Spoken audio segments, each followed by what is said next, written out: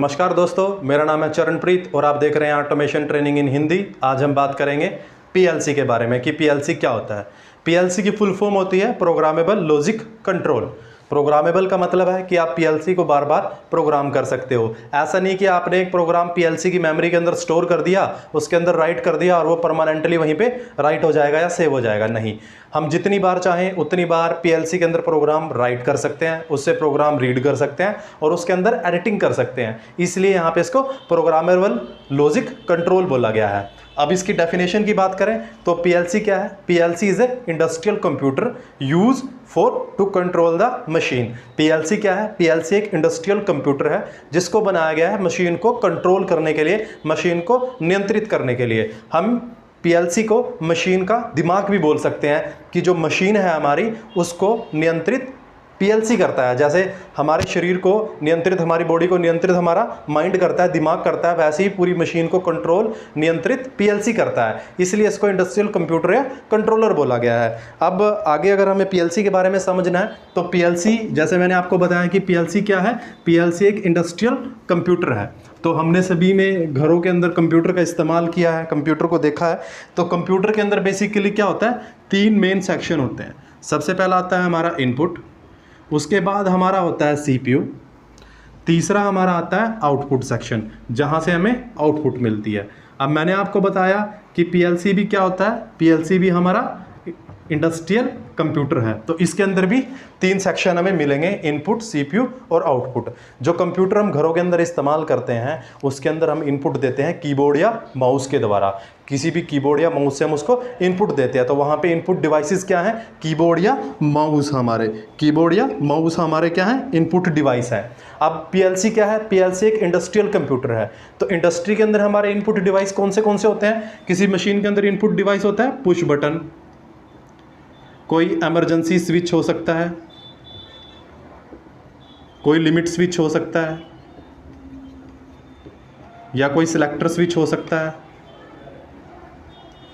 ये सारे क्या हो जाएंगे? पीएलसी के लिए इनपुट डिवाइस हो जाएंगे। क्योंकि इंडस्ट्री के अंदर, मशीन के अंदर, किसी भी मशीन के अंदर हमें कोई भी इंस्ट्रक्शन देनी है, इनपुट देनी है, तो हम कैसे देते हैं? Push button, emergency, selector switch, इन डिवाइसेस के थ्रू देते हैं। तो पीएलसी के लिए क्या हो जाएंगे? इनपुट डिवाइसेस हो जाएंगे। उसके बाद आता है हमारा सीपीयू। सीपीयू के अंदर हमारे पास एक तो रहता है मेमोरी, एक रहता है हमारा पावर सेक्शन जहां से सीपीयू को पावर मिलती है ऑपरेट करने के लिए, तीसरा हमारा रहता है प्रोसेसर।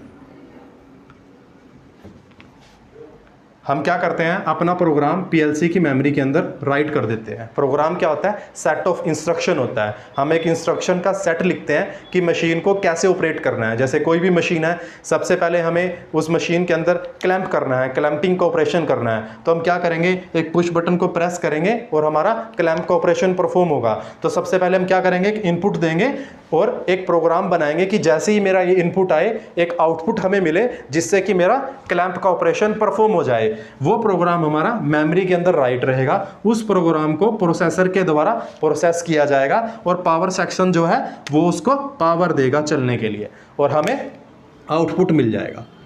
अब जैसे हमारे पास घरों में कंप्यूटर है, उसके अंदर आउटपुट डिवाइस हमारे क्या होते हैं? कोई एलसीडी होता है, कोई मॉनिटर होता है। अब इंडस्ट्री के अंदर, मशीन के अंदर हमें आउटपुट किससे मिलती है? हमारा कोई वाल्व ऑपरेट हो सकता है। जैसे अभी मैं क्लैंप ऑपरेशन वाली बात कर रहा था, तो क्लैंपिंग किससे होगी? किसी वाल्व के थ्रू क्लैंप या डी क्लैंप का ऑपरेशन परफॉर्म कराया जाएगा। हमारी कोई मोटर हो सकती है, कोई कॉन्टैक्टर हमारा हो सकता है जिससे हम कुछ ऑपरेशन परफॉर्म करा सकते हैं, कोई हमारा रिले हो सकता है। तो इंडस्ट्री के अंदर आउटपुट हमारे वाल्व, मोटर, कॉन्टैक्टर, रिले इस तरीके के होते हैं। तो आउटपुट सेक्शन के अंदर वो हमारी चीजें आ गई। तो यहां पे हमारा क्या होगा? एक ब्लॉक डायग्राम ऑफ पीएलसी बना दिया हमने,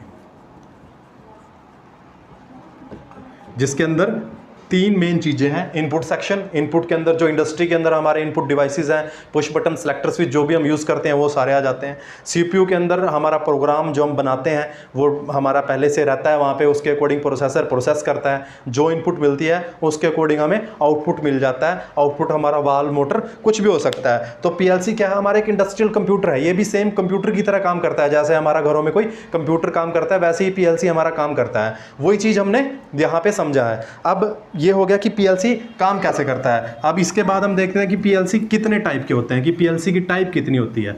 अकॉर्डिंग टू एप्लीकेशन पीएलसी की अलग अलग टाइप बनाई गई है कि जो हमारी एप्लीकेशन के अकॉर्डिंग सूटेबल हो। सबसे पहले जो हम पीएलसी का क्लासिफिकेशन कर सकते हैं वो कर सकते हैं हम according to power supply.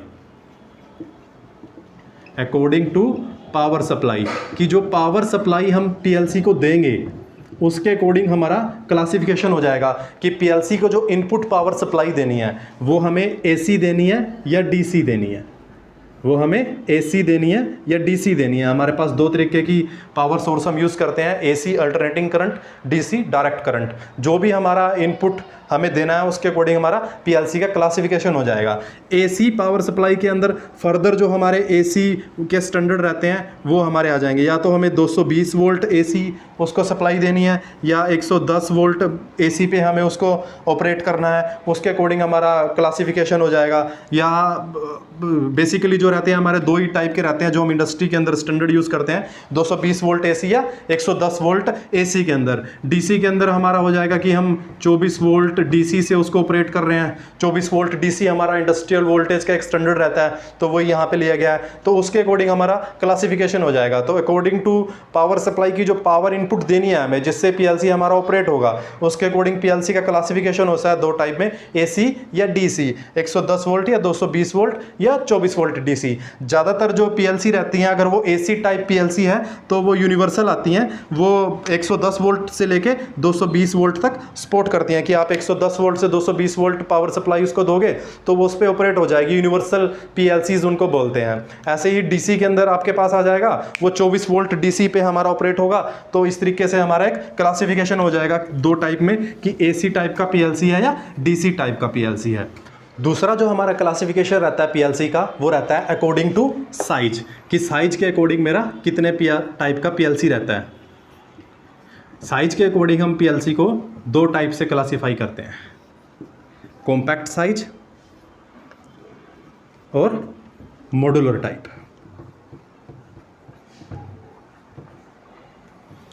Compact size के अंदर हमारा क्या रहता है, कॉम्पैक्ट साइज के अंदर जो हमारे इनपुट और आउटपुट के नंबर रहते हैं वो फिक्स रहते हैं। मान लीजिए मैंने 8 इनपुट का और 8 आउटपुट एक पीएलसी परचेज कर लिया और वो कॉम्पैक्ट साइज है तो वहाँ पे वो नंबर फिक्स रहेंगे। मैं और इनपुट या आउटपुट एक्सटर्नल उसके अंदर ऐड नहीं कर सकता। मान लीजिए 8 इनपुट और 8 आउटपुट का कोई पीएलसी है और वो कॉम्पैक्ट साइज है तो ये इनपुट आउटपुट के नंबर फिक्स रहेंगे और एक्सटर्नल इसके अंदर मैं ऐड नहीं कर पाऊंगा। मॉड्यूलर टाइप के अंदर क्या रहता है, जो मेरे इनपुट और आउटपुट रहते हैं वो मैं ऐड कर सकता हूँ, इनपुट और आउटपुट के मॉड्यूल ऐड कर सकता हूँ। मान लीजिए कोई 8 इनपुट का मेरे पास और 8 आउटपुट का एक मॉड्यूलर टाइप पीएलसी है और मेरे को इसके अंदर इनपुट और आउटपुट के नंबर बढ़ाने हैं तो मैं कोई 8 इनपुट का या 16 इनपुट का कोई मॉड्यूल ऐड कर सकता हूं जिससे मेरे इनपुट हैं जो बढ़ जाएंगे। मान लीजिए मैं एक 8 इनपुट का ही ऐड कर देता हूं तो पहले जो 8 इनपुट थे मेरे और मैंने 8 का एक ऐड कर दिया तो वो मेरे पास 16 इनपुट हो जाएंगे।